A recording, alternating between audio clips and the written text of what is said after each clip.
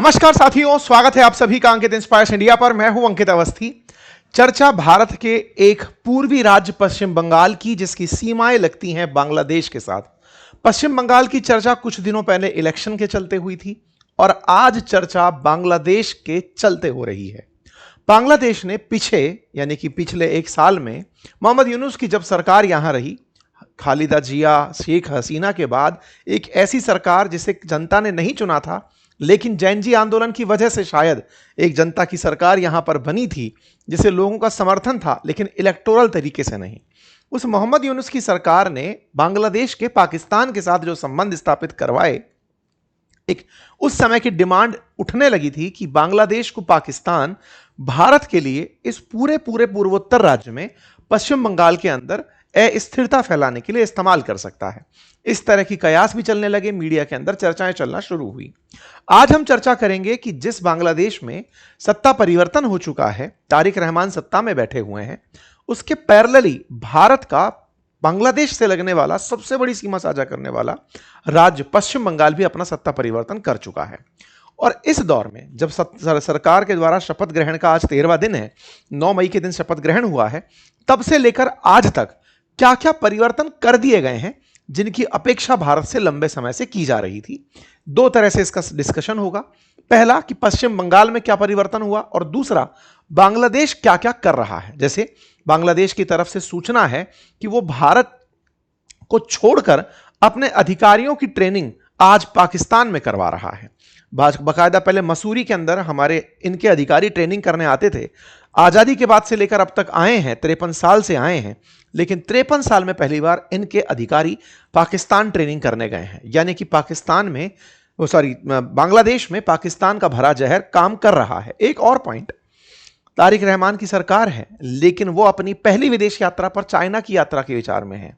एक और पॉइंट, पाकिस्तान जो चाइना के साथ मिलकर के JF-17 फाइटर जेट बनाया था, उसका सिमुलेटर इनको भेंट किया है कि चलाकर देख लो, वीडियो गेम की तरह, बाद में फाइटर जेट भी दे देंगे। मतलब बांग्लादेश को तैयार करने में लगा हुआ था पाकिस्तान भारत के खिलाफ मोहम्मद यूनुस के टाइम पर, और अब भी उसकी लेगेसी फॉलो हो रही है। आज के सेशन में हम जानेंगे कि भारत किस तरह से बांग्लादेश से उत्पन्न होने वाले संकट से निपटने की तैयारियां कर रहा है और वर्तमान सरकार ने इससे निपटने के लिए क्या कुछ किया है। चलिए शुरू करते हैं। बढ़े उससे पहले एक जानकारी और दे दें।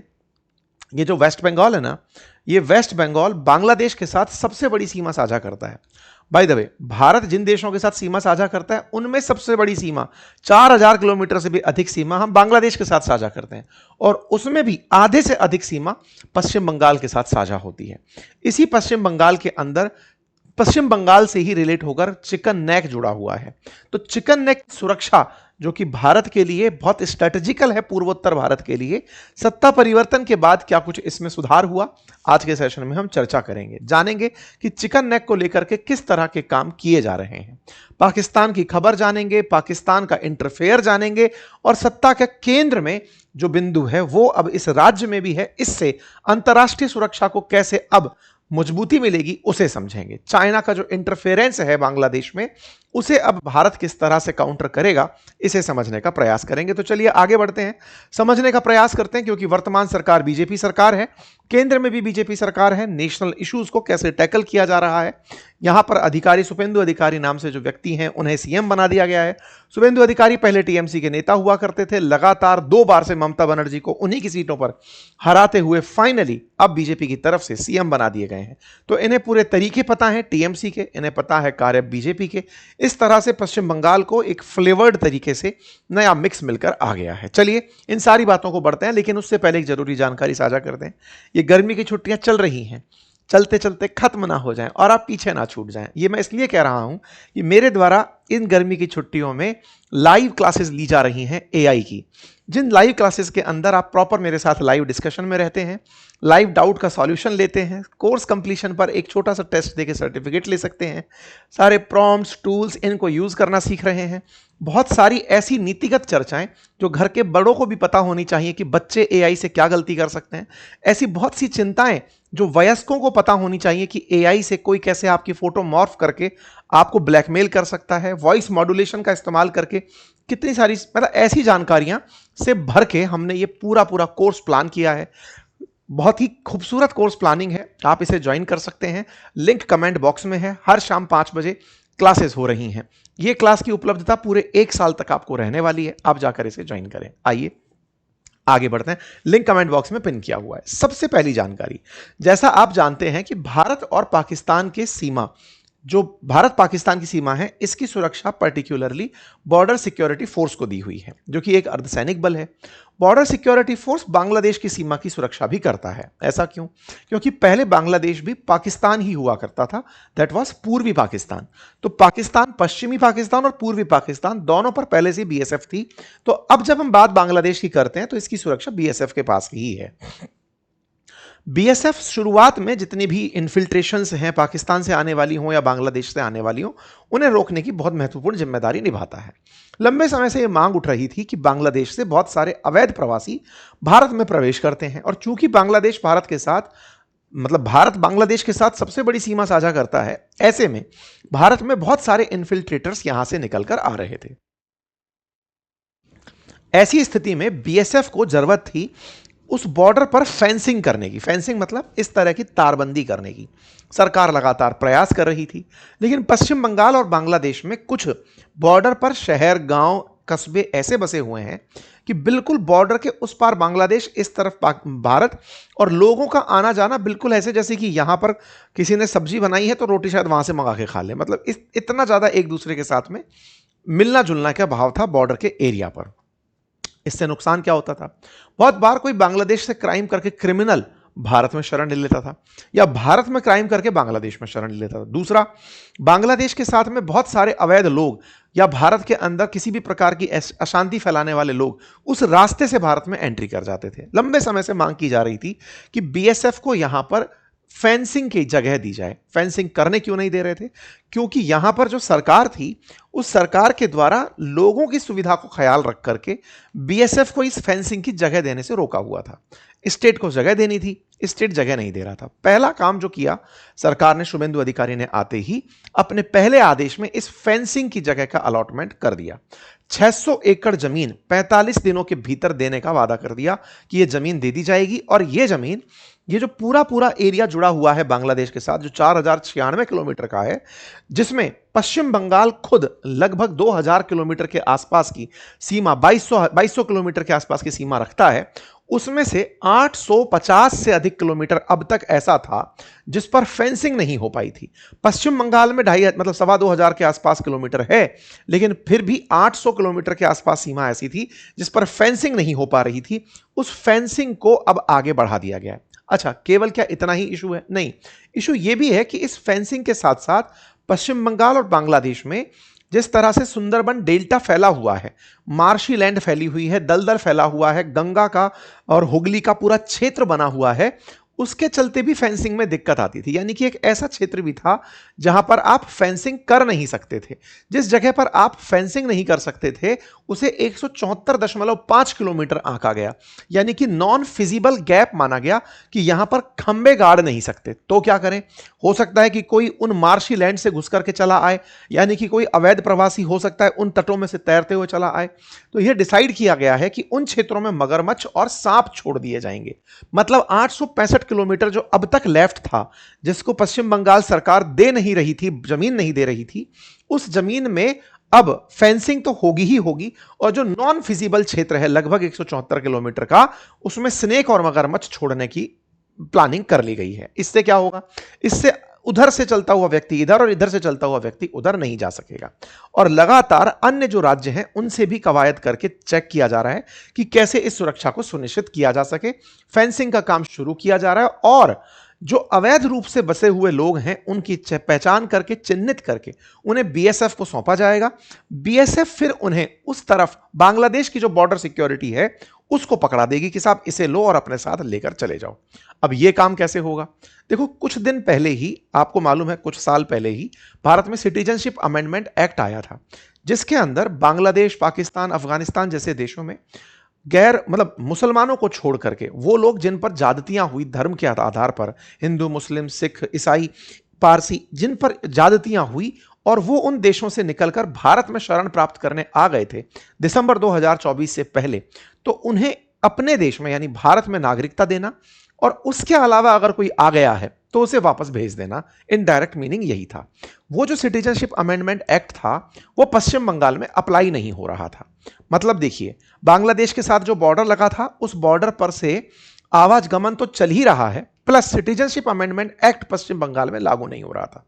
सिटीजनशिप अमेंडमेंट एक्ट लागू नहीं था तो जो लोग यहां पर अवैध रूप से बांग्लादेशी आकर बस गए थे, जिनकी पहचान भी कर ली जाए तो उनको किस कानून के आधार पर वापस भेजा जाए वो एग्जीक्यूट नहीं हो पा रहा था। तो दूसरा काम जो पश्चिम बंगाल में वर्तमान सरकार ने किया वो सीएए को लागू कर दिया और यहां से तुरंत प्रभाव से इन्हें वापस भेजा जा सकेगा। यानी कि फेंसिंग भी होगी और फेंसिंग के बाद में छटनी करके कि ताकि वापस ना आ जाए उस काम को भी कर दिया जाएगा। ये यहां पर निकल रहा है। लोगों का कहना है कि ये बंगाली मुसलमानों को टारगेट करने का तरीका है। वास्तविकता में बांग्लादेश मुस्लिम कंट्री है और वहां से बड़ी मात्रा में मुसलमानों का ही यहां पर आगमन हुआ था, जिसको देखते हुए अब यह काम किया जा रहा है। ठीक है, जब पश्चिम बंगाल में पश्चिमी बंगाल जो बांग्लादेश है जो कभी पूर्वी पाकिस्तान हुआ करता था, तब पश्चिमी पाकिस्तान के द्वारा जब यातनाएं दी जा रही थी तो यहां से बड़ी मात्रा में बांग्लादेशी या कहिए पूर्वी पाकिस्तानी लोग भारत में एंट्री कर गए थे, उनकी वापसी नहीं हो पा रही थी। तो अब सीएए यहां पर लागू होने जा रहा है और सीएए के लागू होते ही उनकी छटनी शुरू हो जाएगी। यह दूसरा आदेश है जो यहां पर दे दिया गया है। ठीक है साहब, तीसरा आदेश, तो ये सारी की सारी बातें जो है वो पश्चिम बंगाल की सुरक्षा को सुनिश्चित करने के लिए की जा रही है। केंद्र सरकार की लोगों को बीमा देने की एक योजना है जिसका नाम आयुष्मान भारत योजना है। उस आयुष्मान भारत योजना को पश्चिम बंगाल में चालू किया जा रहा है, जिसमें 5 लाख रुपए तक का मुफ्त इलाज दिए जाने का प्रावधान है। इतना ही नहीं, पश्चिम बंगाल में जनगणना को भी रोका हुआ था। अब जनगणना जो रुकी हुई थी वो यहां पर शुरू कर दी जाएगी, इसका आदेश भी दे दिया गया है। साथ ही साथ सरकारी नौकरी के अंदर जो उम्र की सीमा थी उसमें 5 साल की छूट दी गई है। मैंने आपको पिछली बार जब इलेक्शन हो रहे थे तब भी यहां का एक जिक्र किया था और बताया था कि पश्चिम बंगाल के अंदर जो पुलिस थी पहले तक वो संख्या में बहुत कम थी। संख्या में कम थी तो पुलिस को और पुलिसकर्मी की जरूरत जब होती थी तो फिर वॉलेंटियर्स को बुलाया जाता था कि आओ और आप वॉलेंटियर बनकर हमारी साथ में काम करवा लो, सिविल वर्क में हमारी मदद करो, चाहे ट्रैफिक संचालन में मदद करो, सुरक्षा में मदद करो। और ऐसे में पॉलिटिकल पार्टी के वर्कर्स, विशेष रूप से टीएमसी के बड़ी संख्या में वर्कर्स पुलिस के साथ सिविल पुलिस बनकर के वहां पर शांति व्यवस्था बनवाते थे। शांति व्यवस्था ज्यादा और पार्टी के लिए वर्क कम, मतलब शांति व्यवस्था कम और पार्टी के लिए काम ज्यादा करने का प्रयास होता था, जिससे पॉलिटिकल पार्टी अपने बहुत सारे हितों को साध लेती थी। इसके चलते पुलिस पर लोगों का अविश्वास था। बड़े दिनों से यहाँ के शिक्षकों के लिए, यहाँ पे पुलिसकर्मियों के लिए नौकरियों की संख्या नहीं निकल रही थी। अब यहाँ पर गवर्नमेंट की संख्या, गवर्नमेंट जॉब्स के लिए 5 साल की आयु सीमा का छूट दिया गया है कि जो इतने समय तक अप्लाई करना चाहते थे और नहीं कर पाए थे उन्हें गवर्नमेंट जॉब्स के लिए अप्लाई करवाया गया। इतना ही नहीं, छूट दी गई है। इतना ही नहीं, बहुत सारे ऐसे पश्चिम बंगाल के अंदर केंद्रीय सेवाओं के कर्मचारी थे जो डेपुटेशन पर दिल्ली आना चाहते थे या किसी दूसरे राज्य में जाना चाहते थे। कई बार ऐसा भी होता था कि पश्चिम बंगाल के अंदर कई पुलिस अधिकारी जिन्हें खुद केंद्र हटाकर दूसरे राज्य में भेजना चाहता था, उन्हें नहीं हटाया पाया जा रहा था क्योंकि स्टेट परमिशन नहीं दे रहा था। स्टेट ने अब वो परमिशन दे दी है। अब चाहे आईएएस हो, आईपीएस हो, आईएफएस हो, इन सभी की, या फिर डब्ल्यूपीएससी के थ्रू जो जुड़ा हुआ व्यक्ति हो, उन्हें एक जगह से दूसरे जगह जाने की इजाजत दी जाएगी। और तो और भारत में हाल ही में जो भारत न्याय संहिता लगी थी उसको भी पश्चिम बंगाल में अप्लाई नहीं किया हुआ था, अब वो भी चालू हो जाएगी। यानी पश्चिम बंगाल बहुत से केंद्रीय कानून, चाहे केंद्रीय योजनाएं हों चाहे केंद्रीय कानून हों, उनको अपनाने में देरी कर रहा था। अब उन सबको यहां पर परमिशन दी जा रही है। इन सबको किस तरह से जोड़कर देखा जाए, इसको अंतरराष्ट्रीय स्तर पर सुरक्षा के लिहाज से भी जोड़कर देखा जा सकता है। कारण क्या है? कारण यह है कि पश्चिम बंगाल उस हॉस्टाइल क्षेत्र के बिल्कुल करीब है जहां पर पाकिस्तान लगातार भारत के विरोध में मोर्चा बड़ा कर रहा है।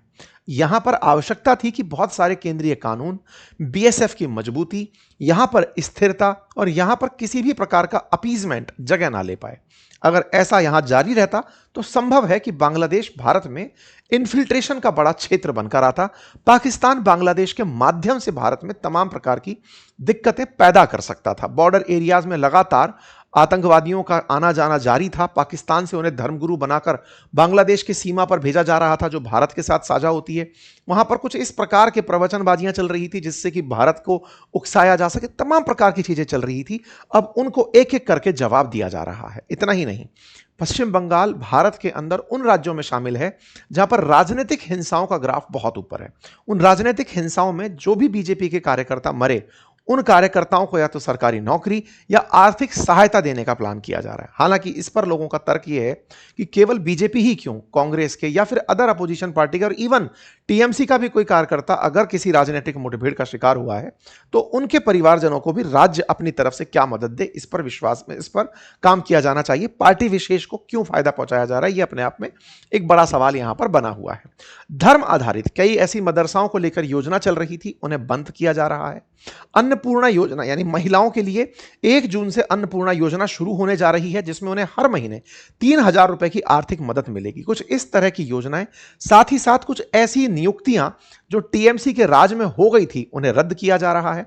और गौ हत्या पर नया नोटिस जारी किया गया। अभी क्या है, बकरीद आने वाली है और यहां पर पब्लिक के अंदर, भीड़ के बीच में या फिर लोगों के सामने ही गौवंश की, भैंस वंश की या फिर मवेशियों की हत्या उस त्योहार के अवसर पर की जा रही थी। इस पर सरकार के द्वारा रोक लगाई गई है।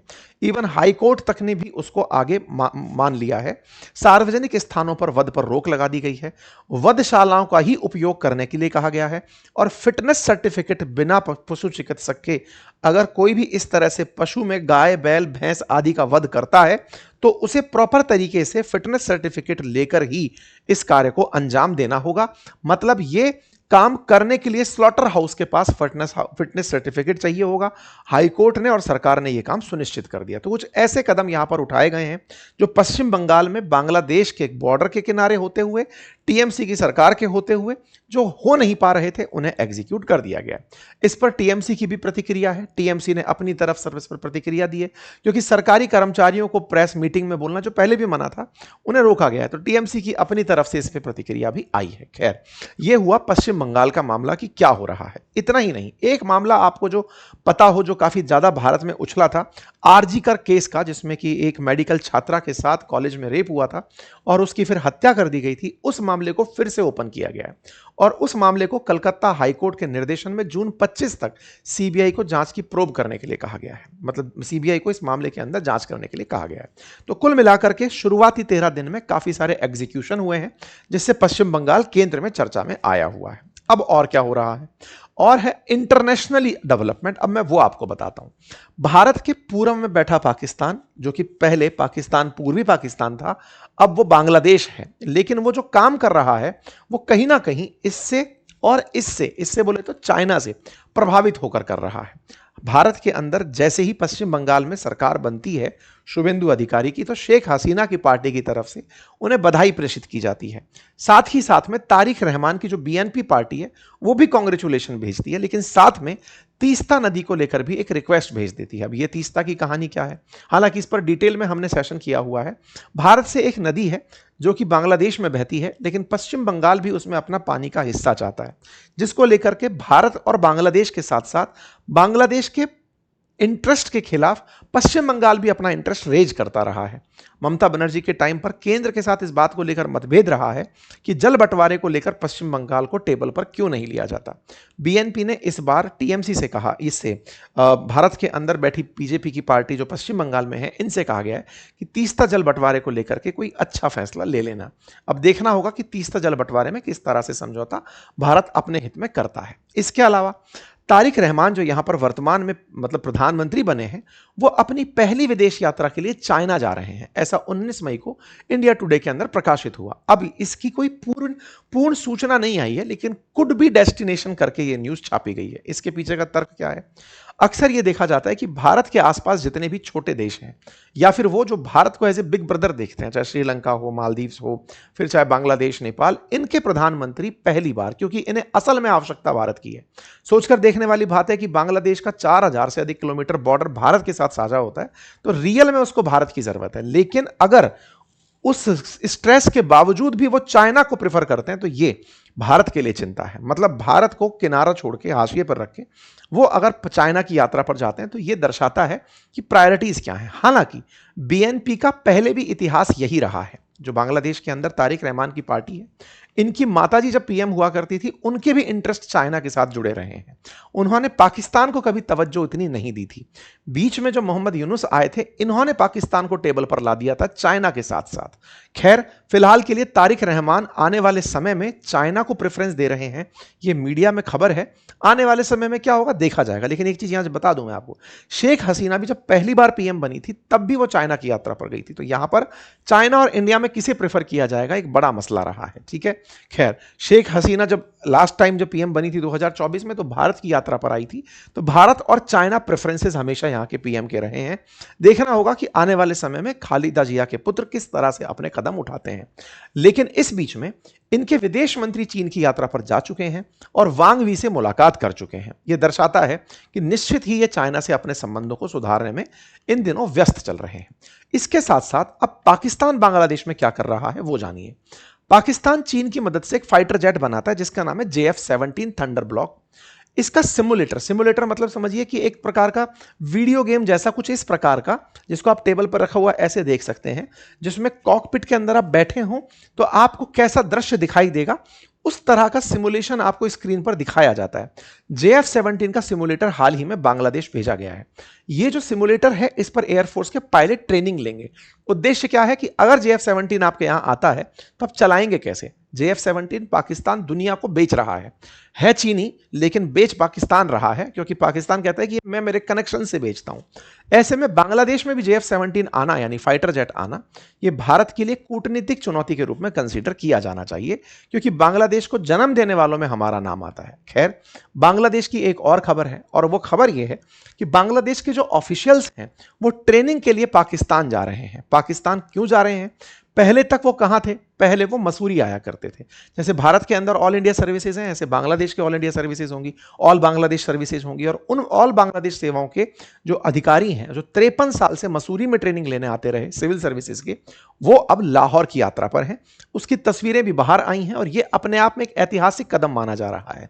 कदम यूं क्योंकि इतने समय बाद ये लोग लाहौर में ट्रेनिंग लेने गए हैं। ऐसी स्थिति पाकिस्तान और बांग्लादेश के नजदीक आने की पहचान बनती है। पाकिस्तान और बांग्लादेश पहले भी एक ही हुआ करते थे, लेकिन बीच में भारत के संबंधों के चलते बांग्लादेश पाकिस्तान से बहुत दूर हो गया था।